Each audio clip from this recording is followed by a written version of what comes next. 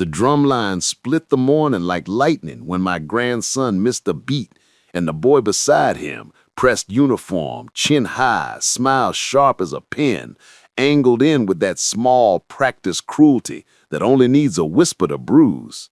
The crowd kept clapping, confetti floated in lazy spirals, and there he was, a 12-year-old trying to keep straight shoulders while his banner trembled, eyes wet, heat rising off the asphalt as teachers looked away, and the vice principal's tidy tie gleamed on the courthouse steps, a neat ornament to a neat order that always seems to have room for one more excuse. I stood a half step off his shoulder with my blue folder under my arm, the one that smells faintly of paper dust and lemon oil, watching privilege glide in polished shoes and watching a child carry weight he didn't put there.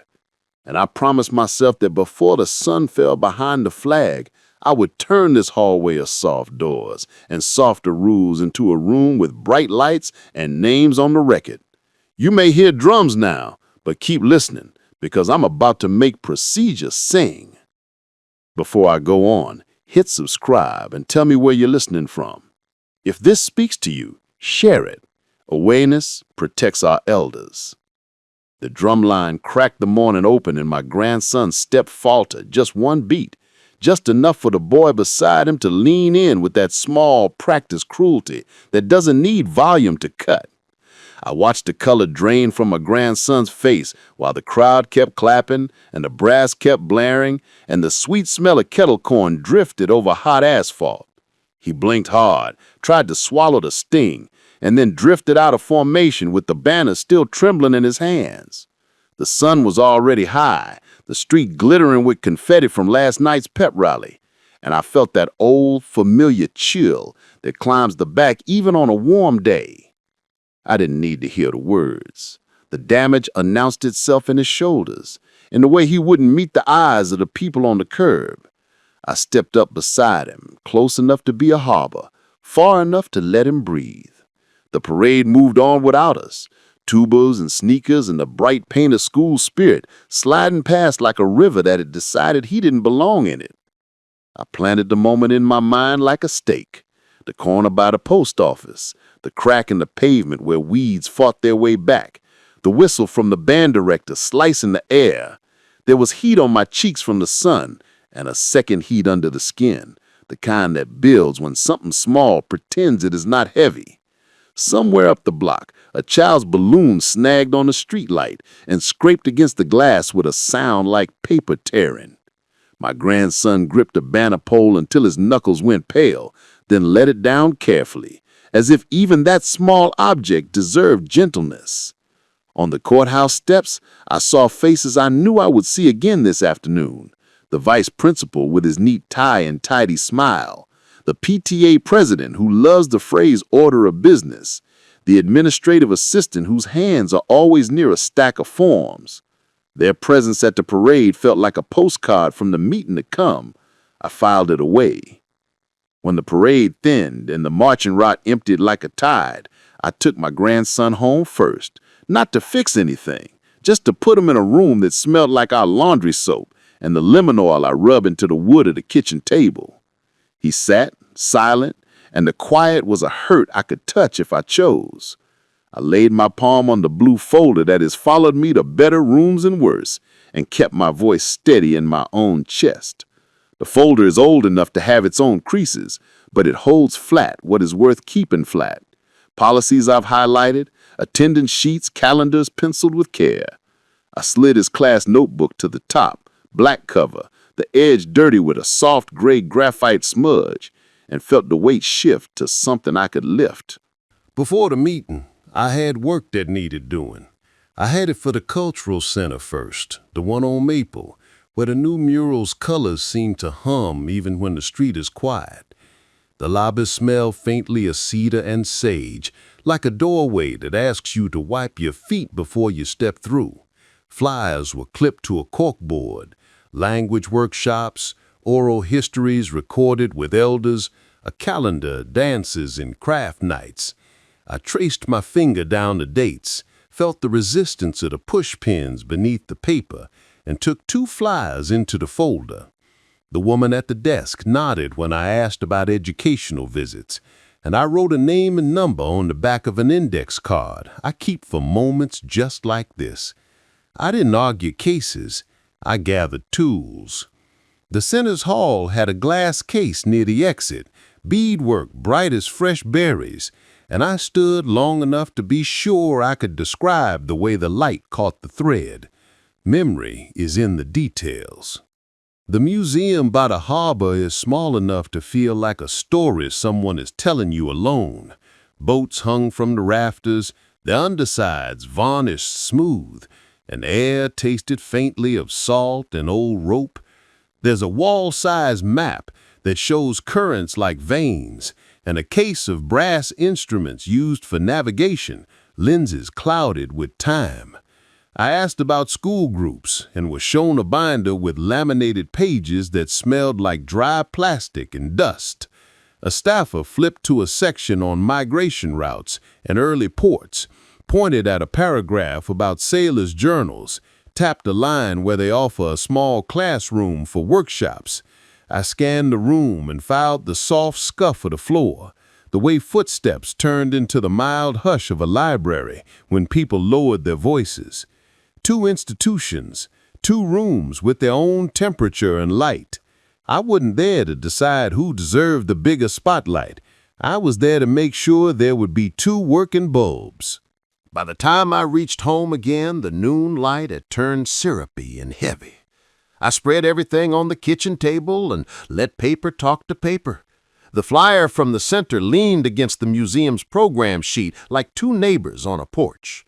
I opened the blue folder and slid in a calendar I had mocked up with pencil lines clean as rails. Week 1 for institutional apology, Week 2 for orientation at the center, Week 3 for the museum visit, Week 4 for reflection and service proposals.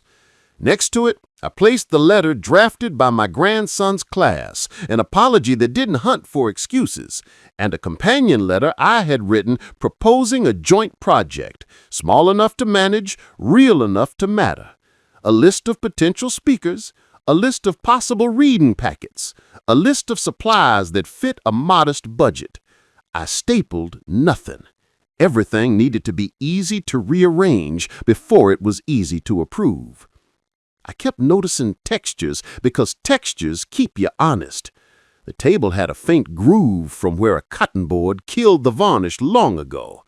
My coffee had gone tepid and tasted faintly bitter, like a story that sat too long without being told. Outside, a trash truck hissed and sighed like a large animal. The blue folder was a small rectangle of stubborn sky in the middle of the wood grain. I slid my grandson's notebook on top again and pressed my palm to it until the pulse in my wrist answered back. It is not a weapon, it is an anchor. I know these rooms we have to enter. I know who likes a clock to run a meeting for them. I can see the vice principal's paperwork grin, the PTA president's habit of smoothing the agenda with the flat of a hand, the administrative assistant's talent for finding a missing stamp to hide the fact that the rule doesn't require one. If you let the day, it will become 1,000 small detours. So I sharpened the day into a line I could carry, a section of policy that says student and family proposals attached to climate events can be inserted for timely consideration. The proof of the morning's visits, the names of real people who can stand in front of real children and name their knowledge without being made into a subject of debate. I penciled the section number in the corner of my pad as if I could write it directly onto the afternoon. I kept my phone face down to keep the room human for as long as I could. When I picked it up, I took a picture of the folder open and the 2 letters framed by the calendar, the same way I used to photograph my wife's herb garden when a new sprout came up, proof against forgetting. The photograph was for me, not for the meeting. If you know what it looked like when it was still yours, you know when it starts changing hands. I checked the time, plenty to walk, not enough to be slow, and slid the phone into the same pocket where I keep the index cards. I closed the folder and then opened it again, keeping it ready in the position that says, "You are welcome to read this." My grandson came into the kitchen, light behind him from the door, and stood by the table where the papers made their quiet argument. I told him what I planned to do without turning it into a speech, just marking the steps like a route drawn with a steady finger. He nodded once, the kind of nod that says, "I hear you, even if I don't have air yet to say it back." His notebook went inside the folder. That black cover and its gray smudge belonged on top. I reached for the handle of the door and felt the coolness of the metal under my fingers, relief in the smallness of that honest temperature. The hallway smelled like dust warmed by afternoon sun and the faint afterscent of the neighbor's laundry detergent. The building's stairwell always holds the ghosts of dinners, a mix of tomato and onion that belongs to everyone and no one. I could hear the street before I could see it, a bus brake sighing, a bicycle chain rattling, the distant chatter of a radio at the corner store. The blue folder rode under my arm, its edge pressing a straight line into my side. The day had settled into the color of paper that has lived a little, like the pages of an old library book, still clean, slightly softened, easy to turn. At the threshold, my phone buzzed against my leg, a small, stubborn knock, and when I pulled it free, the screen lit the dim of the stairwell with the subject line that stopped me mid-step. Agenda update. Item moved by internal protocol. I walked the last block to the school with the phone's warning still glowing in my head like a small red bulb you can't unscrew. The building rose flat and practical against the afternoon sky, windows squared into obedience, the flag barely moving above the entrance. The automatic doors exhaled disinfectant and the faint sweetness of floor wax. Inside, the lobby shone like a polished tooth. A sign on a metal stand welcomed families to the meeting with a font that tried to be generous and ended up sounding like it was reminding us to behave. I felt the blue folder, a firm line under my arm, my grandson's notebook on top, its black cover absorbing light the way a riverbank drinks shadow. The administrative desk sat inside a half wall of glass like a fish tank, papers drifting behind it in careful stacks. I took a number from a little red dispenser, and the paper was warm where it had slept under the coil. The waiting area offered plastic chairs that clung to the back of your legs, and a vending machine humming like it was thinking about something else. The clock above the desk had a slow, proud tick. Each second was a shrug. I looked down and saw Eli beside me, steady, a half step off my shoulder. He had that look he gets when he's trying to hold the size of a thing without letting it crush him. He didn't reach for my hand, and I didn't offer, but the space between us felt rope strong. When our number blinked on the screen, we approached the glass. The assistant on duty had a smile that lived in the mouth but not the eyes, and a stack of forms that looked like they'd been arranged to discourage questions. I slid the sign-in sheet back across with our names, a small pile of attachments, and the calendar I'd penciled. The assistant tapped a highlighter along the top edge, left to right, like a metronome, and asked for a verification slip I had not seen on any previous list. I named the documents I had. A different list appeared on the counter, clean as a new plate, with one more line item than the last time. The green dot next to Agenda Additions said closed. I felt the first quiet push of the day's slope. I didn't argue. I recorded. I took an index card from my pocket and wrote the time, the desk number, and the name on the badge.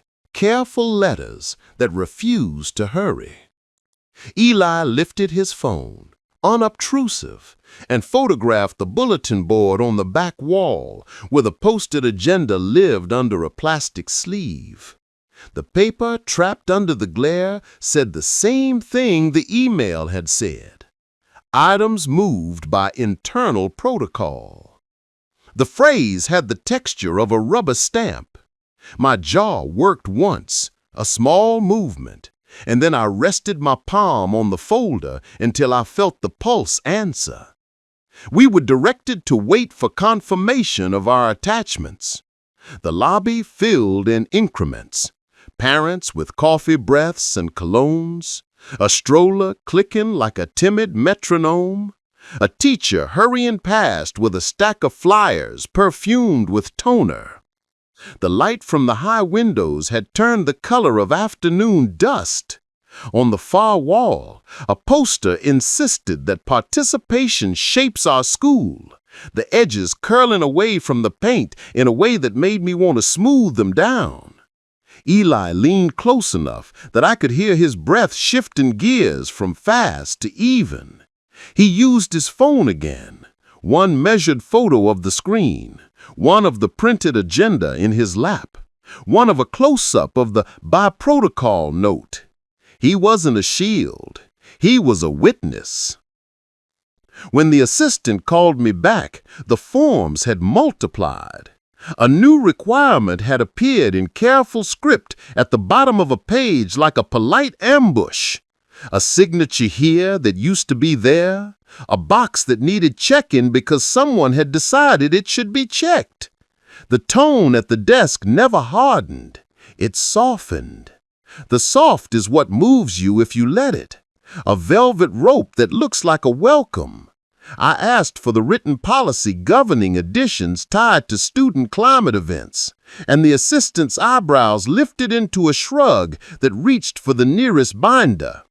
The binder smelled like dry plastic and old dust, and when it opened to a section that began with purpose and ended with a promise to include community voices in timely ways.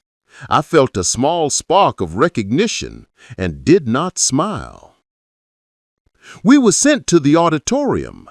The hallway there has a particular climate, like a gym after the last whistle, humid with old noise. The varnished floor whispered under shoes. Dust motes swam in the light like stirred minnows. On the walls, student art offered open faces that looked back without judgment. Inside, the room had the hush that precedes a ritual. Row upon row of chairs faced a stage where a screen glowed the blue of an uncommitted sky. The air conditioner hummed above us, lacing cold air with the smell of ductwork. The PTA president hovered near the podium with a clipboard, and the vice principal adjusted his tie with the same two-finger habit I'd seen him use at the parade. The coordinator arranged stacks of agendas like a card dealer who knows the deck by heart.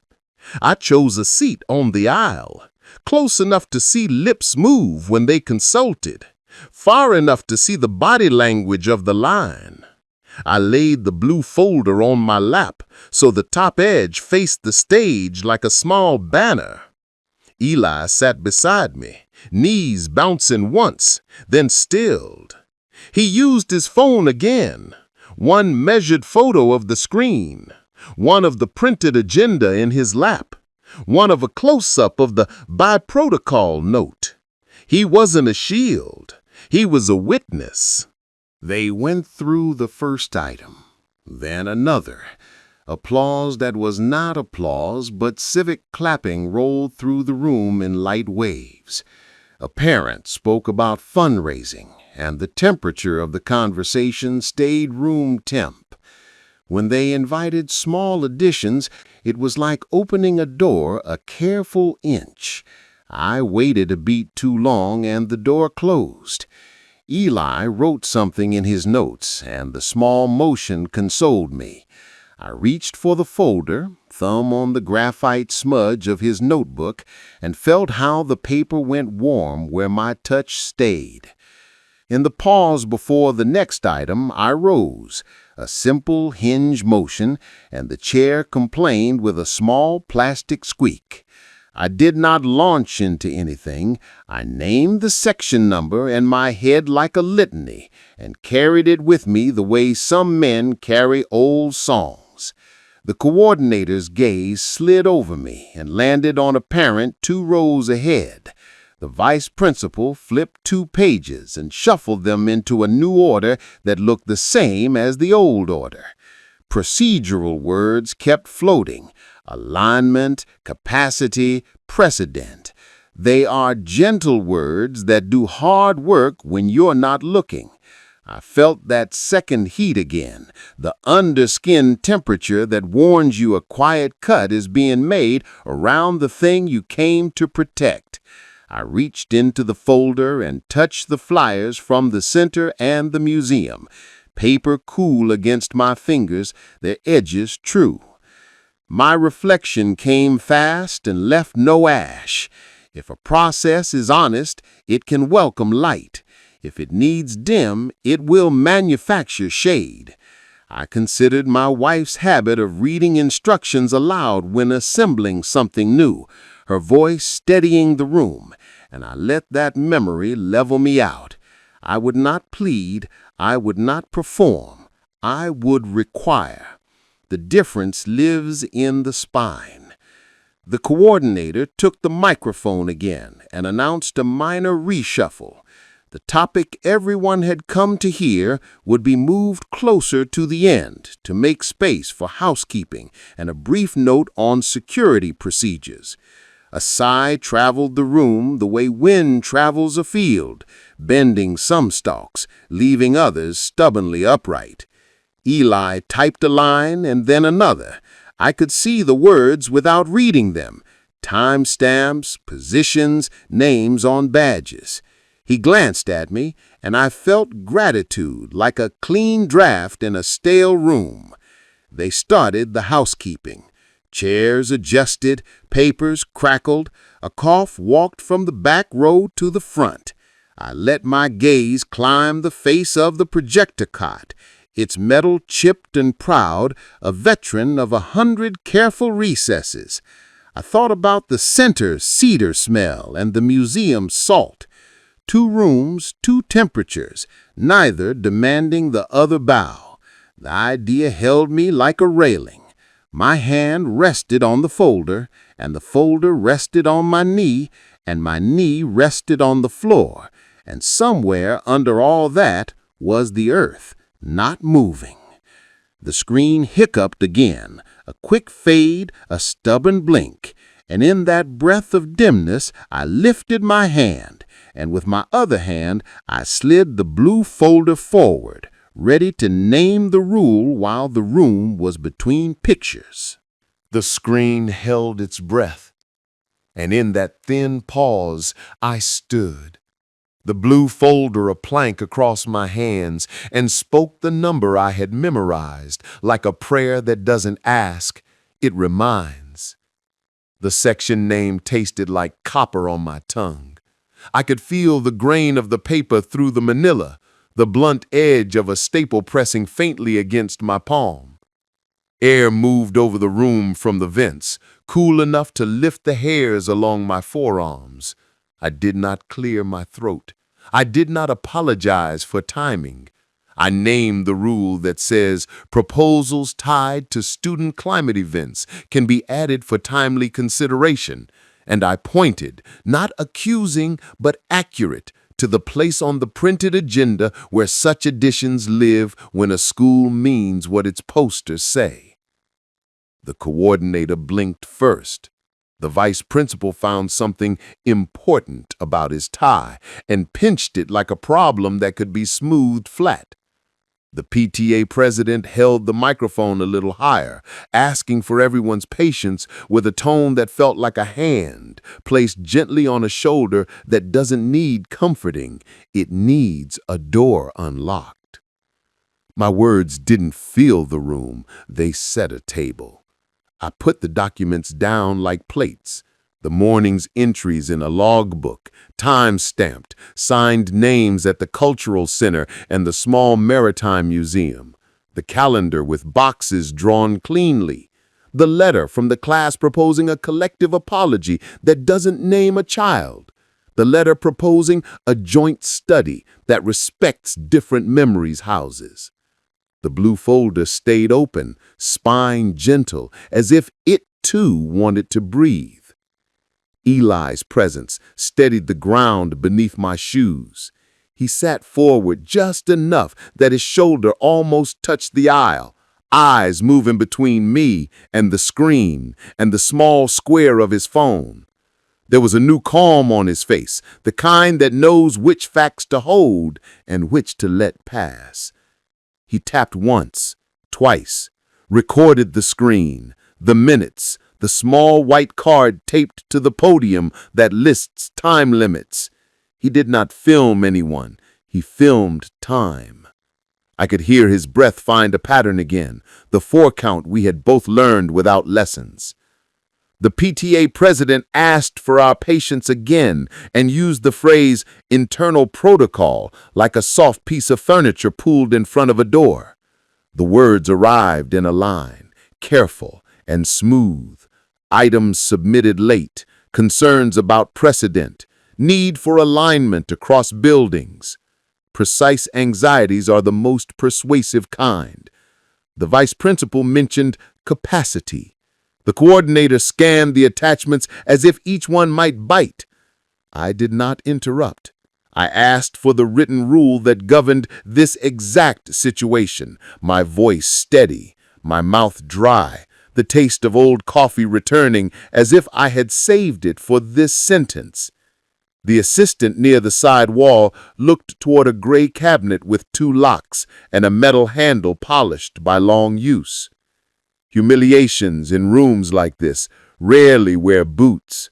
They come in soft shoes. The coordinator said the words appreciate and important and not tonight.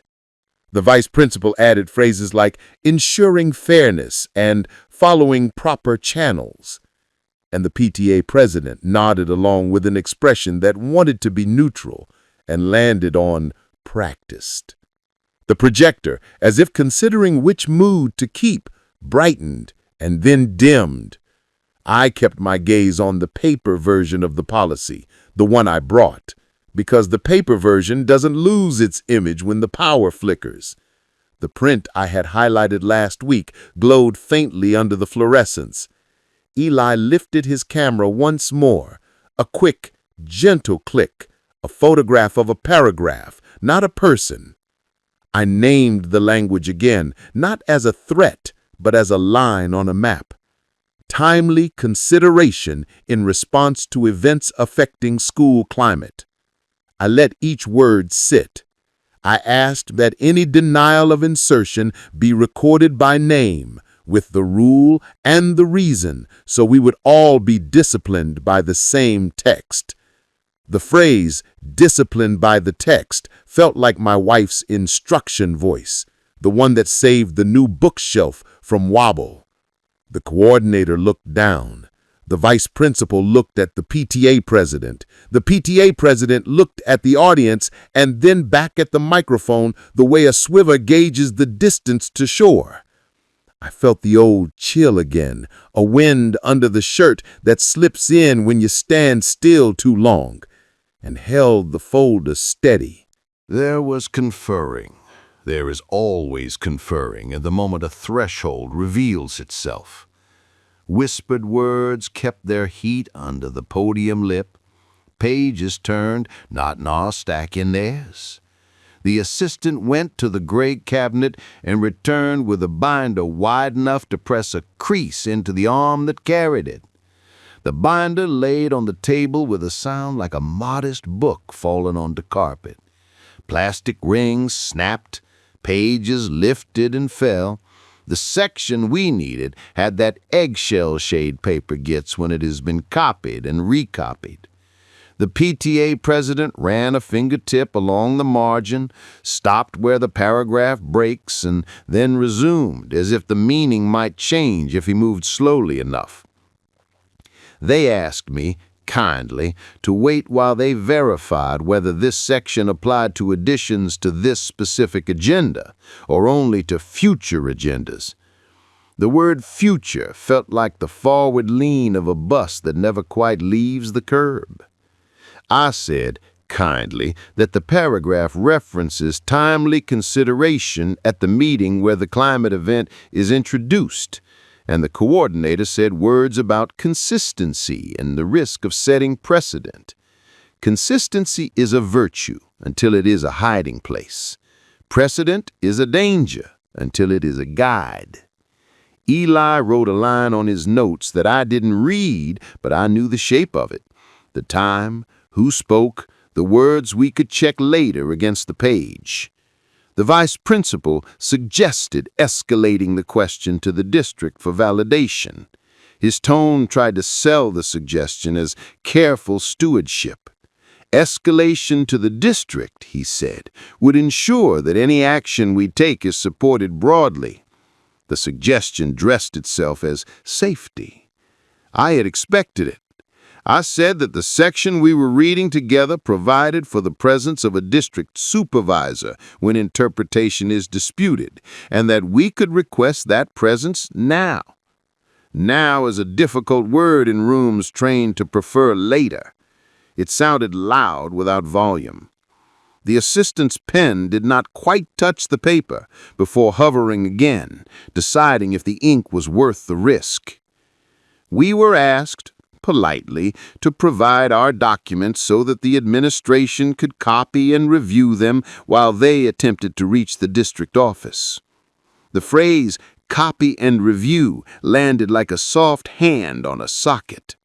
I opened the folder completely and let the papers breathe before I parted them. The calendar written in pencil, the 2 letters, the flyers from the center and the museum, the sign-in sheet from the lobby, the printed section with its calm, bureaucratic sentences. The room smelled faintly of warm electronics and dry paper. I could hear the small clap of a child's hands 2 rows behind us, offbeat, soon shushed. I passed the documents over, counting them with the same internal metronome I used to count medication doses. 1, 2, 3, 4, 5. The administrative assistant slid them into a manila envelope as if tucking them in for a nap. Eli's jaw tightened and then softened. He took a photo of the envelope's label, the time, the desk number. His eyes met mine for a half-second, and in that half-second, I recognized the flicker I have seen in mirrors, anger trying to stand up without becoming a spectacle. He lowered his phone and folded his hands, thumbs touching, like a small bridge. I let that bridge carry me over the part of me that wanted to snatch the paper back. The vice principal, measured, explained that they would step into an adjacent office to consult quietly and minimize disruption. Minimizing disruption is a good phrase. It feels neighborly, even when it locks a door. A slow heat built in my chest that was not fire, it was friction. The kind that comes when a wheel is made to turn a little too hard against its axle. I thought about the center's cedar and the museum's salt, the way each room had smelled like itself without apology, and I remembered why I was here. Not to punish a child or make a point that shines for a day and goes dim, to set a procedure in motion that could be trusted by people who don't get the benefit of the doubt on first approach. I drew a breath clean to the bottom and put my hand flat on my grandson's notebook, which lay on top of the folder's empty shell, the graphite smudge catching the light like a bruise turning into history. The assistant walked toward a side door I had not noticed at the start. Paint scuffed near the bottom, a rectangle of metal where hands pushed more than knobs turned. On the other side, I could hear the thin breath of a printer and a throat clearing of institutional air. I counted my papers again in my head and counted the beats of my pulse in my wrist and counted the ceiling panels just to have something neutral to hold. Eli looked at the door, then at me, and then at the door again, his face setting into a calm I had not taught him but recognized anyway. He tucked his phone into his pocket with his thumb ready. The door opened to take the envelope, and when it closed with my blue folder's weight pressed into its quiet. If this is reaching you, leave a like, share your thoughts in the comments, and send it to a friend who cares. The door closed with a hush and left the room holding its breath, but the breath did not break. A few chairs shifted, someone coughed into a sleeve. The air conditioner carried its steady river through the vents. I sat with the empty shell of the blue folder on my lap and let my palm rest on Eli's notebook, the graphite smudge looking like a small map of what we had come through so far. The plastic seat under me creaked once and then accepted my weight. I could hear a printer begin its thin, rasping song behind the wall, paper feeding, something being made official in a space that didn't need eyes. The side door opened again, not with drama, but with the matter-of-fact swing of a hinge that's been oiled on schedule. The assistant stepped out, followed by a man I had seen only at beginning-of-year assemblies, someone with a district badge clipped straight as a tie pin and a legal pad tucked under his arm. He did not arrive with a speech. He arrived with a pen and a habit of looking at paper before he looked at faces. The PTA president's shoulders dropped a notch, the vice principal's palm smoothed his tie into obedience, and the coordinator straightened the stacks of agendas as if making the surface clean might help the underneath behave. The district supervisor took a seat at the table like a person claiming the corner of a kitchen to balance a checkbook. He asked for the documents in a voice that made space for grammar, not performance. The envelope slid toward him, manila against wood, and he released the tab with a soft pop that sounded like a lid coming off. He spread the contents as if dealing a careful hand.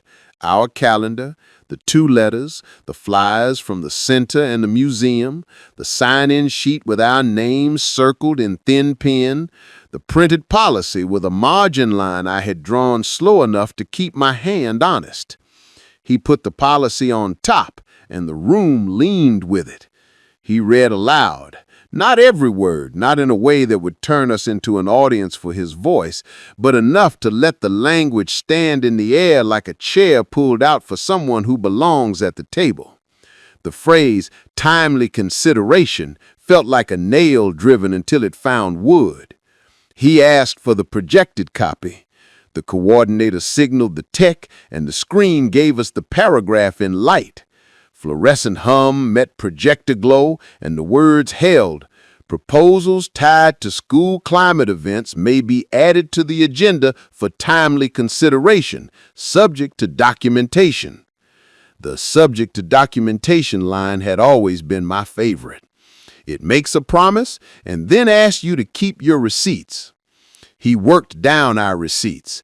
He traced the date on the Cultural Center's flyer with his pen tip, then the contact name, then the notation I had made this morning. The hour, a line about available workshops, the small note about transportation. He matched it against the binder of permitted partners, found the center listed under community cultural institutions, and put a check mark so small it could have been a freckle. He moved to the museum's handout, found the line about migration routes and primary sources, and asked the question about supervision ratios that told me he lived in details on purpose. The vice principal answered, voice more even than earlier, and the supervisor wrote a second check. He turned to the letters. The class letter read like kids who had been given room to sound like themselves without being turned into a spectacle. It spoke of harm without pointing at a child, of responsibility without assigning a scar. The companion letter, the one I had drafted proposing the project, sat steady next to it. He read both and asked who would stand up if this moved forward. Who would own the communication? Who would count heads and minutes and outcomes? The coordinator answered with a list of job titles, and I supplied the 2 names I had written on my index card at the center and at the museum. He wrote those down and underlined once. He asked to see the calendar. I handed over the pencil grid where weeks run like rails. He traced the first square with his pen cap and said the word apology, the way a mechanic says torque, exact, not sentimental. I nodded. He said the phrase, not naming minors, and I nodded again. He pointed to the second week, and I told him what the center had offered, the kind of room, the way the hall smells like cedar, the way a mural's color hums without taking over the sound of a kid asking a question. He pointed to the third square, and I described the museum's small classroom and the map with currents like veins, the way brass takes light like it remembers it from another century. He wrote 3 short lines and flipped the page on his legal pad. The PTA president shifted his microphone away from his mouth like a person stepping back from a mirror to see if the tie sits straight. The vice principal stopped touching his tie. The coordinator's hands settled flat, palms down, the way people show they are done arranging for a moment. I felt the temperature in the room change a single degree. Not warm exactly, but less cold. Eli eased his shoulder against the aisle again, and I caught a glimpse of his notes, timestamps in neat rows, items arrowed to phrases, the photograph of the projected paragraph steady in the center of his gallery like a compass rose. The supervisor asked for the minutes template. The assistant produced it, a clean grid with boxes for motion, discussion, action, responsible parties, timeline. The pen moved, not racing, not stalling. He put the policy number into the header as if to teach the minutes where they came from. He noted the documents reviewed. He wrote a line that would make a future reader understand that this wasn't a favor, it was compliance with a rule. He asked the coordinator to read the paragraph from the screen one more time, and when she did, a careful calm entered her voice, as though the text were level and she was watching the bubble find the center. He looked up and asked if there were any conflicts with testing windows or mandated events. The vice principal flipped a calendar and shook his head. He asked whether the center and museum had accessible entrances and accessible bathrooms. The coordinator answered yes. He asked whether translation support would be offered for families who needed it. The PTA president said the parent volunteer list had 2 people willing to help, and the assistant added a note about district resources. The supervisor wrote a box around that note, a small square drawn neat enough to be a jeweled cuff link. He returned the papers to the envelope one by one, saying the names softly to the assistant as they went in, like he was reading passengers onto a bus that must leave together or not at all. Calendar, letter, letter, flyer, flyer, sign-in, policy. He left the policy out and asked that it remain projected for the next part of the discussion. He set the envelope aside, closed the tab with a gentle press, and turned the legal pad so that the column labeled action could face the table. The room felt less like a waiting room and more like a workbench. There were no speeches, there was itemizing. Who contacts the center? Who contacts the museum? Who drafts the message to families that says what this is and what it is not? Who orders the bus? Who checks the head count and the ratios? Who stands at the microphone to read a short institutional apology that names harm without naming a child? And who ensures that apology is not the end but the beginning? The PTA president asked about volunteers. The coordinator assigned. The vice principal asked about a sign-out procedure for the day of the visits. The supervisor scribbled a short note and nodded once. Eli watched with a stillness that was not surrender, it was attention turning into understanding. I realized, listening to the pen move and the paper accept ink, that some of the smaller knots had already loosened while I'd been watching the bigger ones. The assistant's new list on the counter would not survive against the paragraph on the screen. The ghost requirement for a stamp that had never existed had slipped out of the conversation without a protest. The quiet habit of moving what matters into a folder marked later had been interrupted by a different habit: document, project, minute. I pictured the cedar and the salt again, two rooms with their own weather, and felt the day lean toward a kind of seam where fabric meets fabric without tearing. The supervisor asked that the decision, whatever it became, be recorded with the policy number and the document cited, and that responsibilities be attached to names and not to titles alone. He requested that the projected paragraph be printed and appended to the minutes as an exhibit, not as decoration, but as an anchor. He asked that logistics notes include accessibility and translation as standard, not as favors. These were not demands that roar. They are bolts tightened to keep a structure from singing itself loose. The screen's glow softened the edges of faces on the first row. A child 2 seats over leaned into his parent's shoulder and fell asleep, the sleep that comes when a room finally stops moving in circles. The air conditioner kept its weather. Eli closed his photo app and opened the notes one more time, drew a small square next to the section number as if to pair his page with the supervisor's. I found my breath sitting deeper, like a chair pushed in under the table to make the room easier to walk through. The blue folder lay on the table again, its spine relaxed, its duty still clear. We were not done. Nothing had been declared, but the pieces that needed to recognize one another had exchanged names. The small detours had been drawn back into a road. The soft shoes of humiliation had stepped aside for a minute to let a rule walk in. I thought of my wife aligning a picture frame so the corners sit true. A house feels different when the corners are square, even if the paint still needs another coat. My hand rested on Eli's notebook, and his shoulder settled an inch closer to mine. Not a lean, just a presence registering itself. The room breathed like a person who had finally found the edge of the bed in the dark. The supervisor capped his pen and set it beside the legal pad as if ending a sentence with a period you could touch. He asked the coordinator to read the paragraph from the screen once more, then looked up and said the words that pressed the room into shape. The policy applies here and now. He didn't raise his voice. He didn't need to. He named the section, the documentation we had supplied, and the requirement for timely consideration.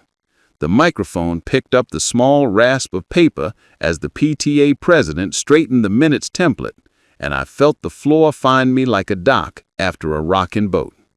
The motion formed itself with the clarity of a clean line. The PTA president proposed inclusion of the item as an action, not a discussion.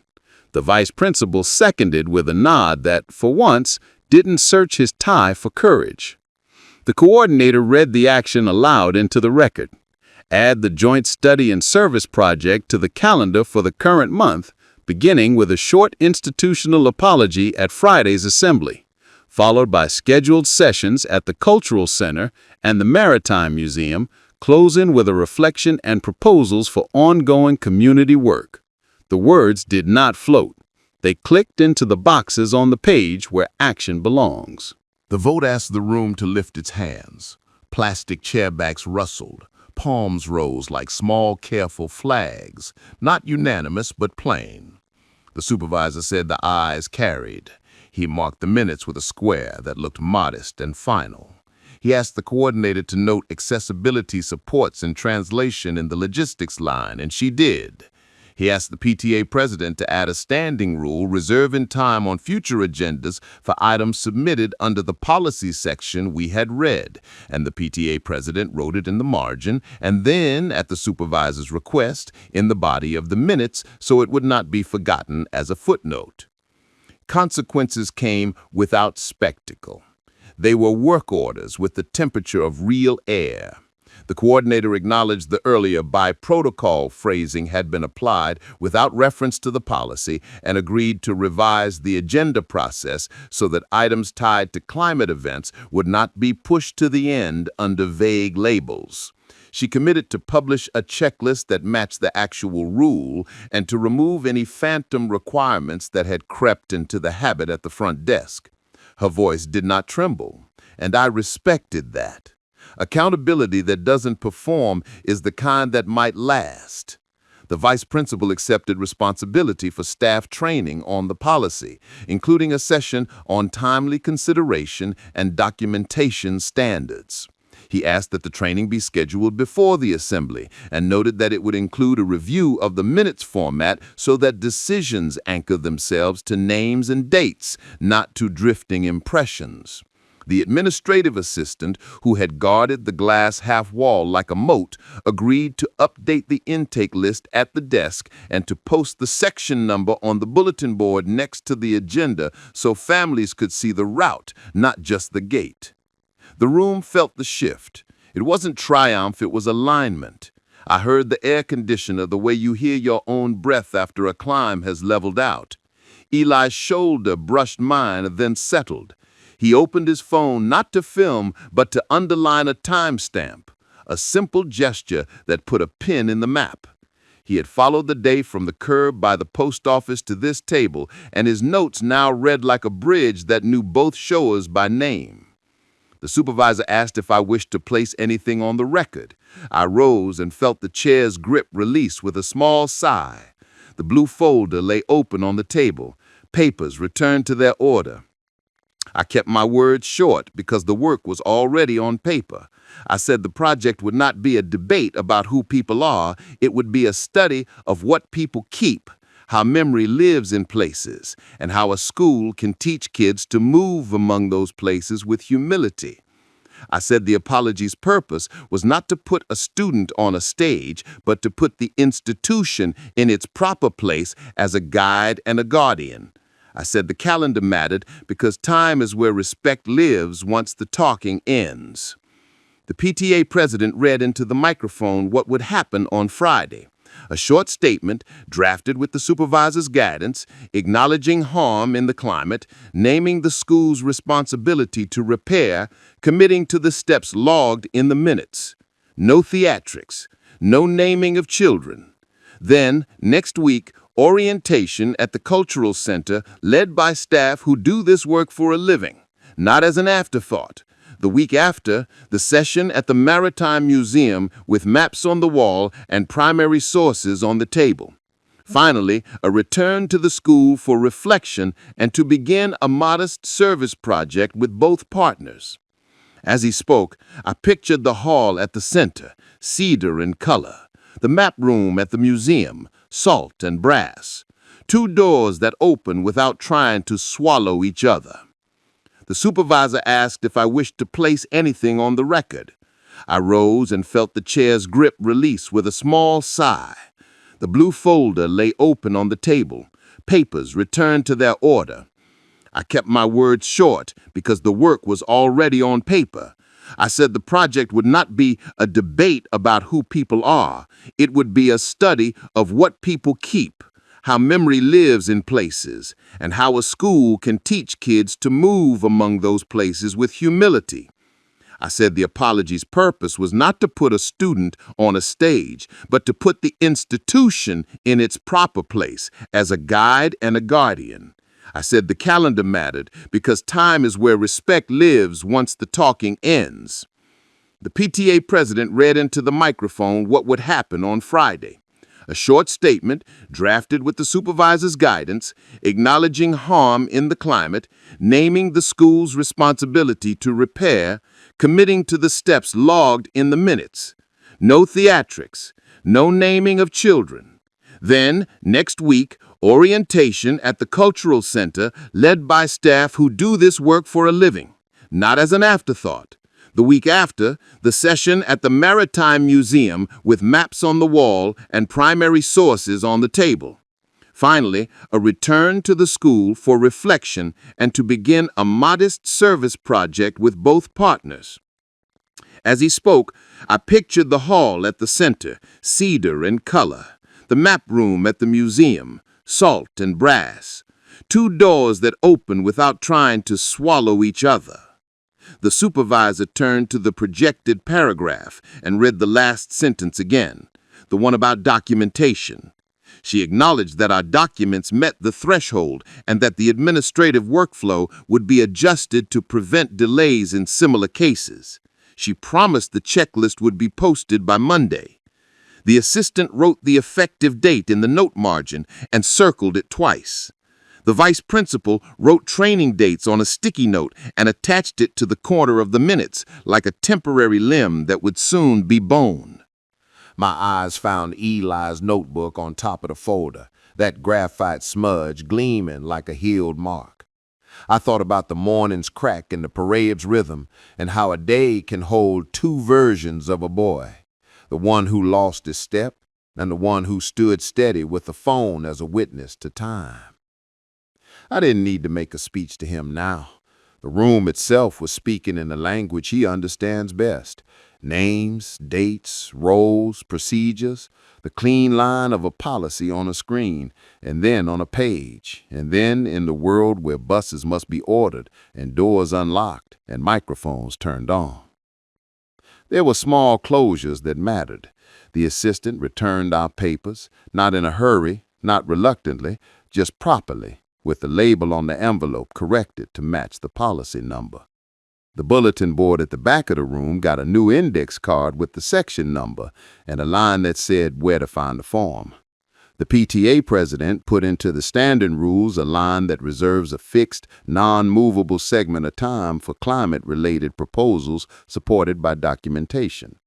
The vice principal sent a quick note to staff about the upcoming training. None of these acts made a sound louder than paper moving across the table, but they sounded like a building learning its own architecture. The supervisor asked the room to sit with quiet for a moment before moving on, and the quiet worked like a cloth over dust. In that quiet, I felt my wife's absence and her presence in the same measure. She would have liked the way the pen lines lay straight and the way no one had to be shamed for the corners to square. I rested my palm on the folder and let the pulse in my wrist tell me the simplest truth I know. A thing set right in public becomes lighter to carry in private. The meeting resumed its other business, and I let the voices turn into a hum. I didn't linger on faces. I let the objects hold me instead. The legal pad with its clean columns, the projector cart with chipped paint, the clipped light on the supervisor's badge. The smell of toner rose from the printer like a pale ribbon. Eli closed his notes and slid the phone into his pocket with the care of someone shelving a book in his place. He didn't smile. His calm said enough. When we stood to leave, the chair accepted the release without complaint. I slid the folder under my arm, its spine warm from the lights and from my hand. The aisle opened like a small, honest hallway, and the door admitted us to the building's long breadth of linoleum and soft echoes. The world outside met us with the late light that flattens shadows into gentle shapes. I didn't hurry. I walked at the speed of ink drying. On the steps, I paused and felt the length of the day as a weight that had agreed to be named. Behind us, the room kept working through its list. Ahead of us, the air smelled faintly of lawn and exhaust and someone's dinner starting in a pan. Eli stood at my side, taller than he was this morning, or maybe just taller in the way he held the day. I didn't reach for his shoulder, and he didn't reach for mine. We didn't need to. We turned toward home with the folder resting easy where it belonged, and I understood something I can carry without dropping. The courage is not in the noise. It's in the record that cannot be argued away. The past may be crooked. The future grows when respect is written down and carried out. If you like the story, tap like, subscribe, and write what you would do if it were your family. I'll be here for the next one.